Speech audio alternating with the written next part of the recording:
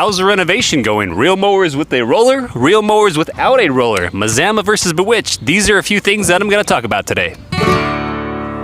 And good afternoon. It is April 30th and things are looking amazingly fantastic. Right about here where this green crack, or the grass and the crack is, that's a line of demarcation from Mazama and Bewitched up there. Mazama is a little bit darker, Bewitched is a little bit greener. I could still see it being desirable, just depending on what type of grass. You got the male person coming here. Anyway, so the type of green that you prefer is just up to you. I could see either color being preferable, depending on what you like. They both feel identical underfoot. Maybe I should bring my wife out here and do a blind barefoot test.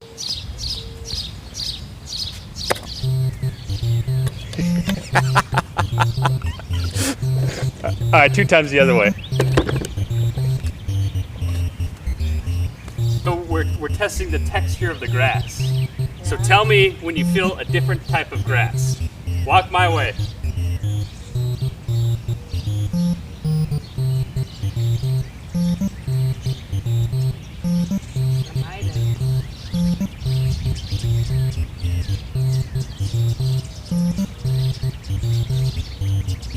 Want to try again?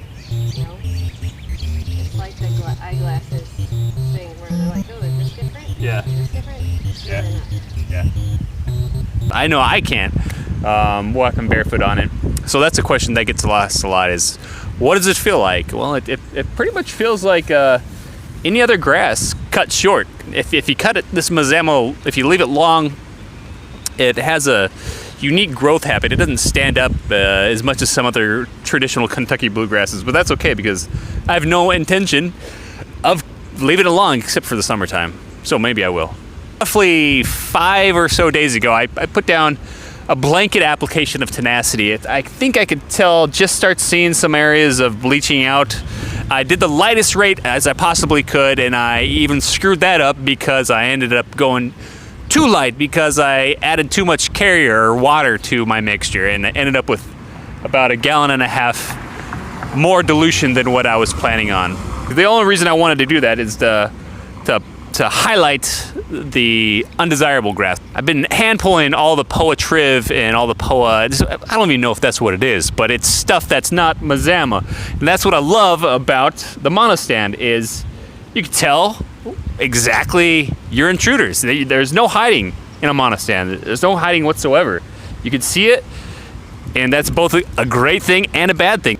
I need to cut this grass. It's probably grown over 1 inch. In most areas, I've been cutting it about 3/4 of an inch, and I'm gonna cut it down. You know, I might use both McLanes and just kind of cut it down and compare the cuts as I'm bringing it down. Yeah, that's what I'll do. Okay, let's go ahead and do that.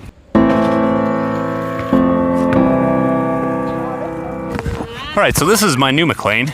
This is the Briggs & Stratton 3.5 horsepower 17-inch greens mower McLane. I don't know what year it is, but I brought it at an estate sale for 50 bucks.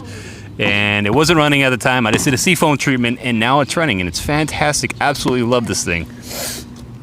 Yeah, I still need to run it with a choke on right now, but hey, that's okay. Getting it running, we're getting the action done. You adjust the height of cut by unscrewing this and just tapping it up or down. I think these used to have some involvement there, but they don't anymore. Right now, the height of cut is set at 1/2 inch right on the button. Oh man, do you hear that? That baby's purring.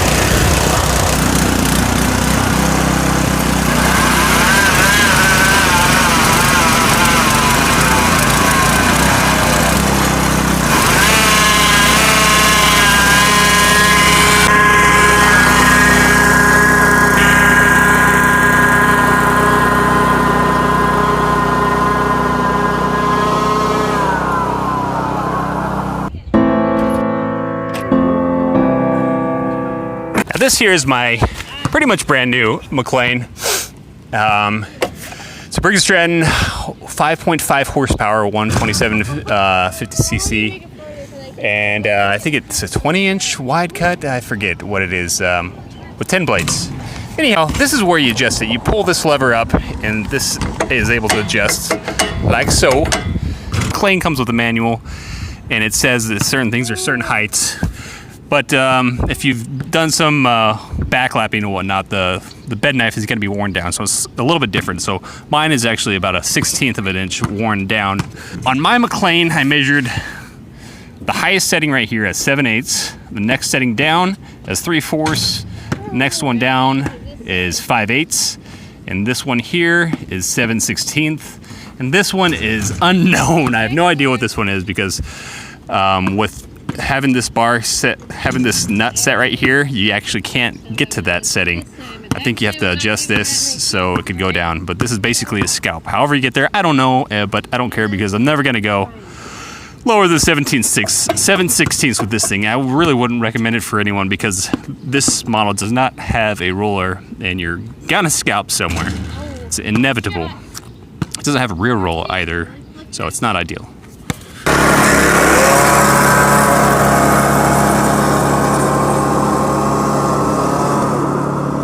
So I cut these two, and for old cut time's sake, the wild card coming in is Old Remy.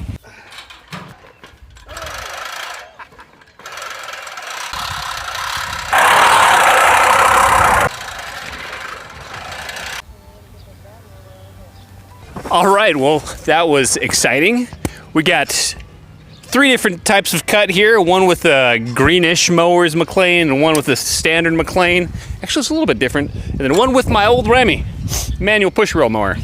They both didn't leave very many stragglers, mind you, but this one actually left more stragglers. I could see more standing up.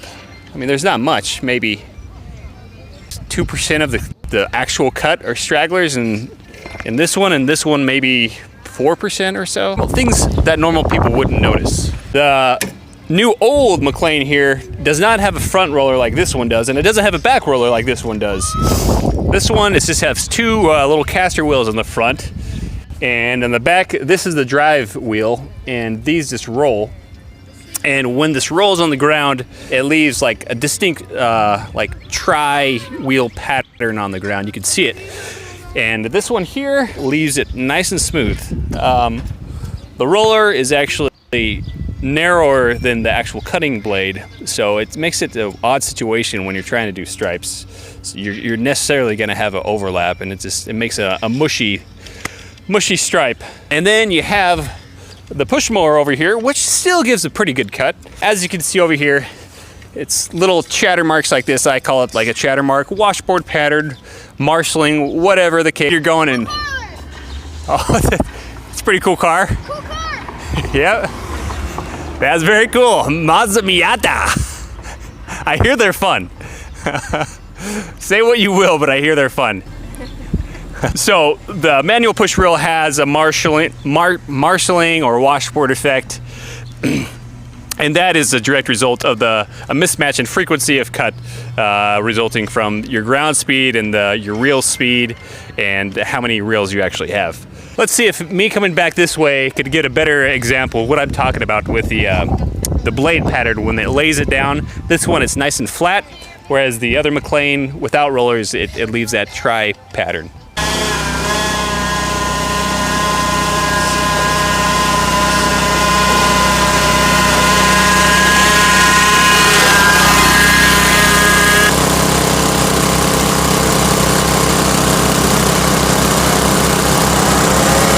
You be the judge. On this side, it's the rollers McLane, and this side is the one without a roller.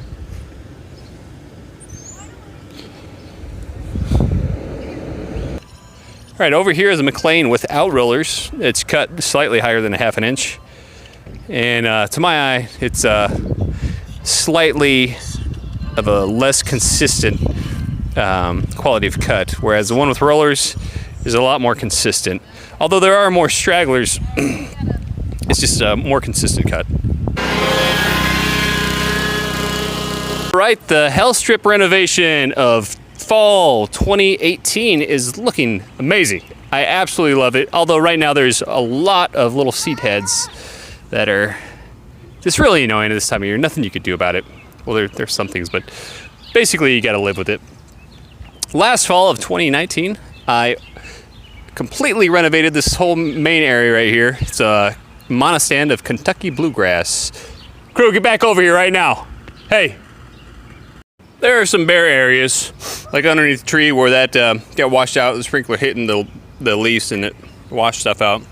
Over here I got a little overzealous too early, and I scalped a bunch of areas when the soil is way too wet. So that is what it is. Over here, the small hill strip, spring renovation 2019, last spring, 1 year ago. I completely did this, and it's looking really good. I really expected worse and hoped for the best. And this area is finally filling in. I did have some a lot of undesirable stuff. I think it's from the wind blows it over into this area. So this is a lot of the main areas that I was pulling by hand. You can see some bare spots, all those little darker spots with the longer grass blades. Areas I pulled up of undesirable grass. Stuff that is not in Mazama.